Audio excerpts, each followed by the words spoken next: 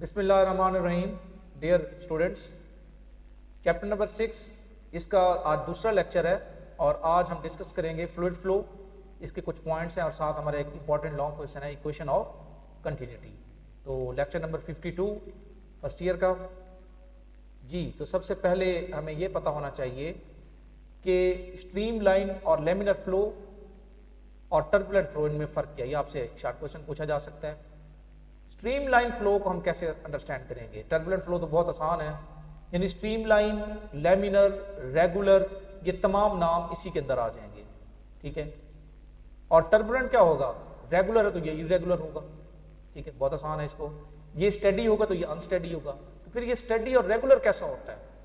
इसकी डेफिनेशन तो बहुत आसान है, इसकी कर लें, उसी में हम एक वर्ड चेंज कर देते हैं। तो हमें इसको समझना पड़ेगा, स्ट्रीम लाइन और लेमिनर फ्लो। वो कहता है कि आप ऐसे समझें कि आपके पास ये जो पहली डायग्राम है ये स्ट्रीम लाइन की है, कि स्ट्रीम लाइन के अंदर क्या होता है कि एक पार्टिकल, सपोज कर लें ये एक पॉइंट है, इसमें से एक मॉलिक्यूल ये आया, ये ऐसे यहाँ से क्रॉस कर गया, पिछले वाला आया वो उसी पॉइंट से ऐसे क्रॉस कर गया। अब जो उसके बाद वाला ये वाला आएगा, जैसे पहले वाले इस पॉइंट से क्रॉस करके गए हैं इस लाइन में, ये वाले भी उसी वे से क्रॉस कर जाएंगे। उससे क्या होगा, ये आपस में टकराव नहीं होगा इनका, ये और ये इसकी अट्रैक्शन उस तरह नहीं होगी, क्योंकि ये अट्रैक्शन अगर बहुत ज्यादा हो, ये यहाँ से अपनी लाइन छोड़ के इसके साथ इंटरेक्ट करेगा, तो उसकी वजह से फ्रिक्शन या विस्कोसिटी बहुत ज्यादा बढ़ जाएगी।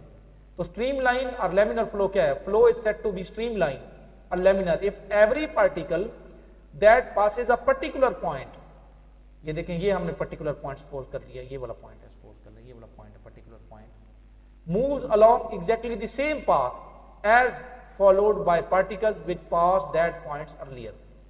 के स्ट्रीम लाइन फ्लो वो होगा जिसके अंदर पार्टिकल ऐसे मूव करेंगे जैसे उनसे पहले मूव करके गए हैं, यानी जैसे ये दो पहले इस डायरेक्शन में गए हैं, उनको इसने अट्रैक्ट नहीं किया, इसने अट्रैक्ट नहीं किया, तो पीछे आने वाले भी उसी पाथ को फॉलो करेंगे उस पर्टिकुलर पॉइंट में जिसको हमने अभी कंसीडर किया हुआ है। तो ऐसे फ्लो को हम laminar, stream line, regular flow का नाम देंगे। ये सारे एक ही नाम है। तो इसका क्या नाम हुआ? Stream line, laminar flow, regular flow, steady flow, ये सारे एक ही नाम है और ये उसकी डेफिनेशन है। तो टर्बुलेंट फ्लो क्या होगा? आप उसी स्ट्रीम लाइन के आगे कोई प्लेट रख दे तो ये फिर लेयर्स आपस में टकराएंगी। जब ये टकराएंगी तो इसका मतलब है ये फ्लो कौन सा होगा? ये इरेगुलर होगा। इस इरेगुलर और अनस्टेडी फ्लो को हम क्या नाम देते हैं? टर्बुलेंट फ्लो का। बहुत आसान है। तो इन दोनों की डेफिनेशन विद एग्जैक्ट, ये डायग्राम भी लाजमी आपने बनानी है, ठीक है। तो ये उम्मीद है आपको समझ आ गया होगा। नेक्स्ट पॉइंट पे चलते हैं।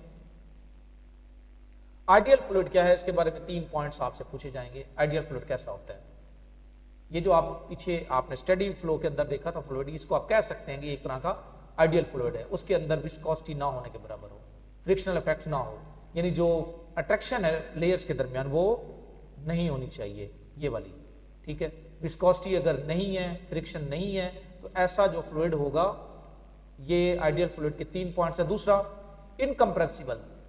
इनकम्प्रेसिबल मतलब है कि आपने एक बाल्टी के अंदर जैसे पानी भरा है, ऊपर से उसको कंप्रेस करें तो उसका वॉल्यूम जो है ना वो चेंज ना हो, ठीक है। और दूसरा, उसका फ्लो क्या होना चाहिए? स्टेडी, उसकी डेंसिटी कांस्टेंट हो, ठीक है, यानी इनकम्प्रेसिबल हो, मोशन स्टेडी फ्लो हो और विस्कोसिटी 0 हो। तो ये तीनों पॉइंट जिस फ्लूइड के अंदर होंगे उसको हम क्या नाम देंगे?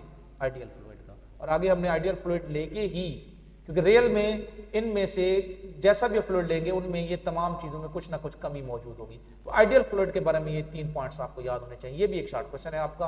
अब हम आगे एक आइडियल फ्लूइड लेके इक्वेशन ऑफ कंटिन्यूटी और बर्नौली इक्वेशन के बारे में बताएंगे। अब हम उस लॉन्ग क्वेश्चन की तरफ बढ़ते हैं। ये आपका दूसरा शॉर्ट क्वेश्चन था। इक्वेशन ऑफ कंटिन्यूटी क्या चीज है? ये देखें, इक्वेशन को देख के आपने डिफाइन करना है। 2 चीजों की ज़रब है, एक एरिया है किसी पाइप का और एक वेलोसिटी है फ्लूइड की। इन दोनों की ज़रब जो है वो कांस्टेंट होगी। ये इक्वल होती है वॉल्यूम फ्लो पर सेकंड के, जिसको हम फ्लो रेट भी कहते हैं। तो मैं इधर से डिफाइन नहीं करता, इधर से पढ़ के डिफाइन कर रहा हूं। आप ऊपर ना देखें, इक्वेशन को देखें। Product of cross sectional area of the pipe and velocity of the fluid equal to constant. This constant equals to volume flow per second which is equals to flow rate। देखें, product of cross sectional area of the pipe and fluid speed at any point along the pipe is a constant. इस constant का दूसरा नाम क्या है? Volume flow पर second और flow rate. इसका मतलब क्या हुआ? अगर आप एक पाइप ले लें, उस पाइप का अगर आप एरिया बढ़ा देते हैं तो वहां वी कम हो जाएगा, और अगर एरिया कम कर देते हैं तो वी बढ़ जाएगा। जैसे किसी जगह पे आपने छिड़काव करना हो पानी का, आप क्या करते हैं, आगे जो जहां से फ्लो जा रहा है उस पाइप के आगे आप थोड़ा सा हाथ रखें, अंगूठा एक साइड पे दबा दें, तो आपने उसका क्रॉस सेक्शनल एरिया क्या किया? कम किया, तो वहां से वी क्या हो गया? बढ़ गया। तो इनका प्रोडक्ट क्या रहेगा? कांस्टेंट रहेगा। जितना एरिया कम करेंगे वी उतना बढ़ जाएगा, जितना एरिया ज्यादा करेंगे वी उतना कम हो जाएगा, लेकिन दोनों का प्रोडक्ट क्या रहेगा? कांस्टेंट रहेगा। किसी भी पॉइंट पे एरिया और वेलोसिटी का प्रोडक्ट कांस्टेंट रहेगा। तो ये इक्वेशन ऑफ कंटिन्यूटी है, इसको हमने प्रूव करना है। उम्मीद है इक्वेशन को पहले लिख लें और फिर उसको देख के डिफाइन करें, ठीक है। तो ये इसका कंसेप्ट था। ये अब इसी को हमने प्रूव करना है, तो प्रूव करने की तरफ बढ़ते हैं। हम कोई कंडीशन बनाएंगे, हमने ये कंडीशन बनाई। अब यहाँ पे भी एक मिस्टेक करते हैं स्टूडेंट्स, उसको भी आपने याद रखना है।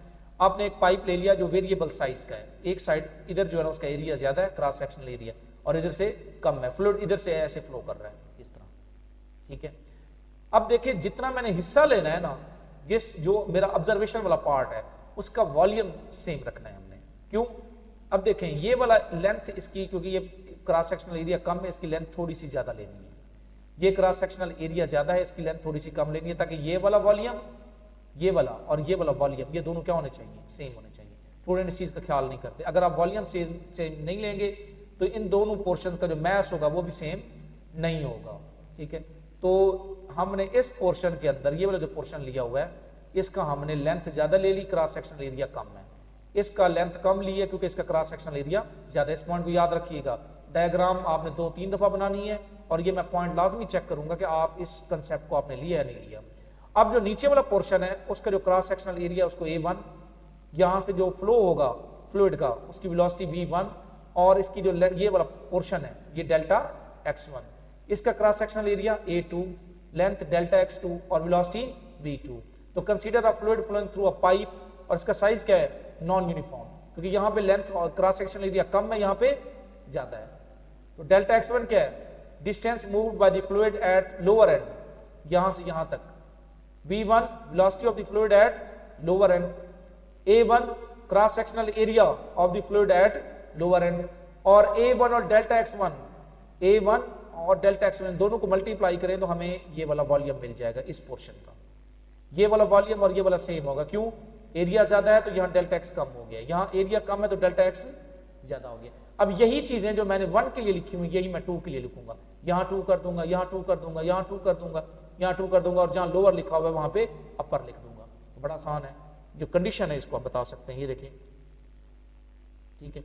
अब मैंने सारी चीजें किसके लिए लिख दी? 2 के लिए। अब ये वाली कैलकुलेशन क्या है? अब ये देखें कि अपर पोर्शन में ये जो लोअर पोर्शन हमने लिया हुआ है ये वाला, इसका जो मैस है ये किस चीज की इक्वल होगा? यहां से यहां तक जो मैस है फ्लूइड का ये हमने देखना है। तो मैस जो है वो इक्वल होता है density multiplied by volume. Density नीचे वाले पोर्शन ρ1, और वॉल्यूम कैसे मेजर किया ये अभी हम बता भी चुके हैं। ये वॉल्यूम इसका A1 डेल्टा x1, डेंसिटी को वॉल्यूम से मल्टीप्लाई करें तो मैस मिलता है। ये देखें ये फार्मूला हमने लिखा हुआ है।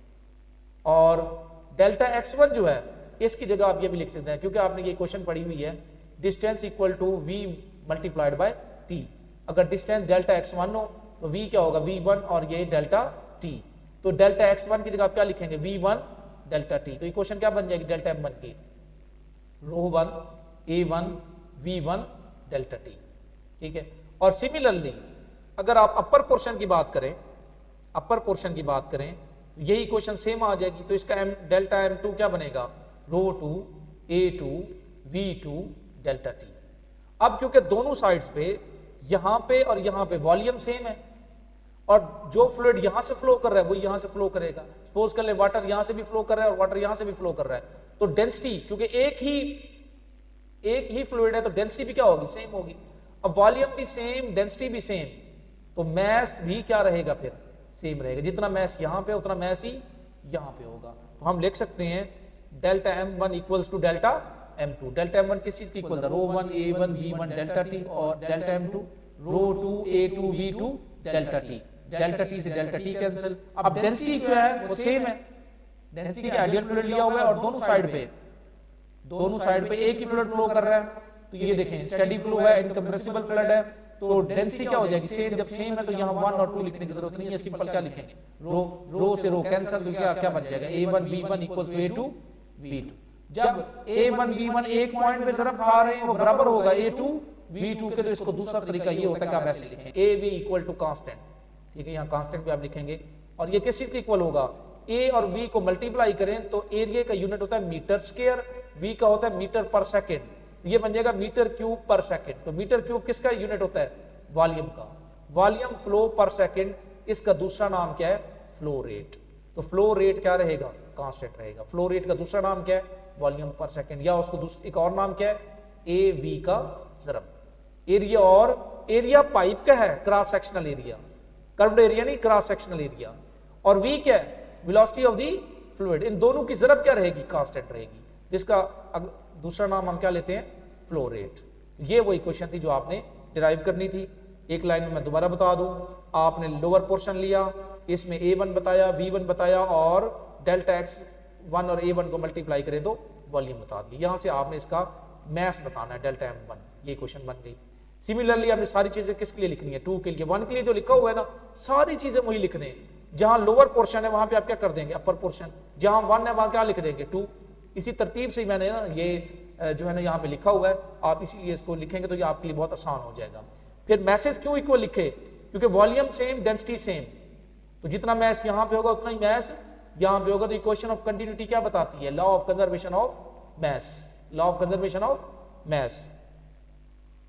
तो इन दोनों को इक्वल लिखा हमने, तो यहाँ से जो चीजें कैंसिल हुई, डेंसिटी सेम है इस रीजन की वजह से, तो इक्वेशन वही बच गई, A1 B1 equal to A2 B2, या इक्वल्स टू AB या equals to constant equals to volume flow per second which is equals to flow rate. ये आपका इंपॉर्टेंट लॉन्ग क्वेश्चन है, तो ये आपको याद होना चाहिए, इसको बहुत अच्छे तरीके से करना है। डायग्राम के अंदर जो टेक्निकली आप लोग मिस्टेक करते हैं वो भी मैंने आपको बता दी है।